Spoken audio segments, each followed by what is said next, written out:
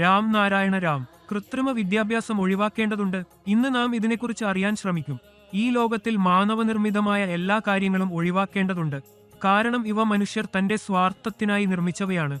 എന്നാൽ ദൈവം നിർമ്മിച്ച അഥവാ പ്രകൃതിയോ ആകാശമോ നിർമ്മിച്ചവയെ നാം ഒഴിവാക്കിയാൽ എന്താകും? ഒരു ജീവി കൂടി ജീവിക്കാനാവില്ല. പ്രകൃതി അറ്റുപൊക്കി വച്ച് ആരും കണ്ടിട്ടില്ലാത്ത വലിയ പുസ്തകമാണ്. ഇതിൽ അനവധി സൂര്യൻ, ചന്ദ്രൻ, നക്ഷത്രങ്ങൾ, ഗ്രഹനക്ഷത്രങ്ങൾ ഉൾപ്പെടുന്നു.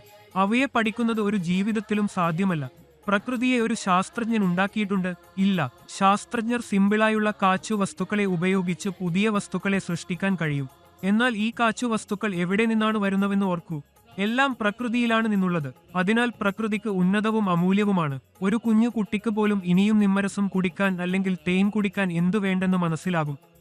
കുഞ്ഞു കുട്ടികൾക്ക് എത്ര മനസ്സിലാകാമെന്ന് നോക്കിയാൽ നമുക്ക് നിങ്ങളെല്ലാവർക്കും എന്ത് നല്ലത് എന്ത് മോശമാണ് എന്നത് മനസ്സിലാക്കേണ്ടതെന്ത്? കുട്ടി തന്നെ സ്വന്തം വിവേകത്തെ കേൾക്കാനും മനസ്സിലാക്കാനും കഴിയും. എന്നാൽ നിങ്ങൾക്കും ഞാനും നമ്മുടെ ആന്തരിക വിവേകത്തെ കേൾക്കാനോ മനസ്സിലാക്കാനോ എന്തുകൊണ്ടാണ് കഴിയുന്നില്ല?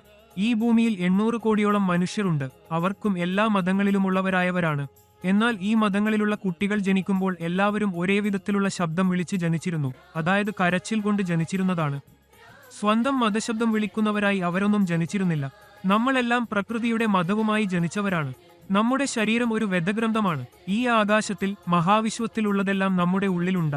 നാം എല്ലാവരും മഹാവിശ്വത്തിന്റെ വഴിയുള്ളവരും അന്തരീക്ഷത്തിന്റെയും പ്രകൃതിയുടെയും രാം നാരായണ രാമിന്റെയും വഴിയുള്ളവരാണ്. ഇതെല്ലാം നമ്മുടെ മതമാണ്. അപ്പോൾ ഇനി എന്തുകൊണ്ടാണ് കൃത്രിമ മതത്തിന്റെ ആവശ്യമുണ്ടാവുന്നത്? നമ്മുടെ ജനനത്തെ പ്രകൃതിയുടെ മതത്തിനോടുകൂടി നോക്കിയപ്പോൾ ഇന്നൊരു നിമിഷം പോലും അവിടെ നിന്നുള്ള മതത്തെ ഞങ്ങൾ മറന്നുപോകുന്നത് എങ്ങനെ?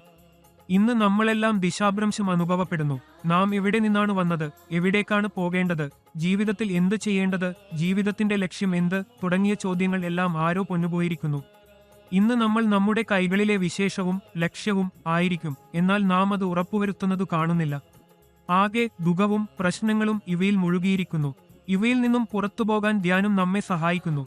ധ്യാനം ചെയ്യുമ്പോൾ ശബ്ദശക്തി നമ്മുടെയും ഉള്ളിൽ ഉരുത്തിരിയും. അത് തന്നെയാണ് വിവേകം. അത് തന്നെ ശരിയും തെറ്റും കാണിക്കുന്നു. ധ്യാനത്തിലൂടെ നമുക്ക് പുതിയ ഊർജം, ശക്തി, ബുദ്ധിയെല്ലാം ലഭിക്കുന്നു. ഇത് നമ്മുടെ ജീവിതത്തെ അതിജീവനീയമായതായി മാറ്റുന്നു. ഇത് നമ്മുടെ ജീവിതത്തിന്റെ ലക്ഷ്യത്തെ നിശ്ചയിക്കുന്നു. ഈ ഊർജത്തോടെ നമുക്ക് നമ്മുടെ ജീവിതത്തിന്റെ ലക്ഷ്യം കണ്ടു തുടങ്ങുന്നുണ്ട്. കാരണം ഇപ്പോൾ നമ്മൾ നമ്മുടെ വിവേകത്തെ കേൾക്കാനും സ്വീകരിക്കാനും തുടങ്ങിയിട്ടുണ്ട്. ഭൂമിയിൽ ഓരോ രാജ്യത്തിനും അവരവരുടെ നിയമങ്ങൾ ഉണ്ടാകുന്നു. ആരെയെങ്കിലും ജയിലിലാകും, ആരോ ഫോഴ്സിൽ പെടും. ഇവ എന്തെങ്കിലും മേൽഭാഗത്തു നിന്നും നിയമമായി വന്നോ? ഇല്ല. ഇവയെല്ലാം ഭൂമിയിൽ മനുഷ്യൻ തന്നെയാണ് സൃഷ്ടിച്ചത്. ഇന്ന് മനുഷ്യൻ തന്റെ ആന്തരിക ശബ്ദം കേൾക്കാൻ കഴിയുന്നില്ല. അതിനാൽ ഞങ്ങൾ അവിശ്വസ്യമായ കാര്യങ്ങൾ പറയുകയാണ്. എല്ലാവർക്കും ധ്യാനം ചെയ്യേണ്ടതുണ്ട്. ധ്യാനത്തിലൂടെ ഉരുത്തിരിയുന്ന ശബ്ദം തന്നെ ജീവിതത്തിന്റെ മാർഗം കാണിക്കുന്നു. ഇന്ന് ഓരോ മനുഷ്യനും രാം നാരായണ രാം മന്ത്രം ജപിക്കേണ്ടതാണ്. അവൻ ഈ ബീജമന്ത്രത്തിലേക്ക് കൊടുക്കുക. ഈ ബീജമന്ത്രം അതിന്റെ ഉള്ളിൽ എല്ലാം ഉൾക്കൊള്ളുന്നു. അത് തന്നെ പൂർണ്ണമാണ്. നിങ്ങളുടെ ജീവിതം മെച്ചപ്പെടുത്താൻ ആഗ്രഹിക്കുന്നുണ്ടെങ്കിൽ ഉടൻ ഈ ബീജമന്ത്രത്തിലേക്ക് ചേർന്നു നിങ്ങളുടെ ജീവനും സമൂഹത്തിനും ആശീർവാദം നൽകുക. രാം നാരായണ രാം.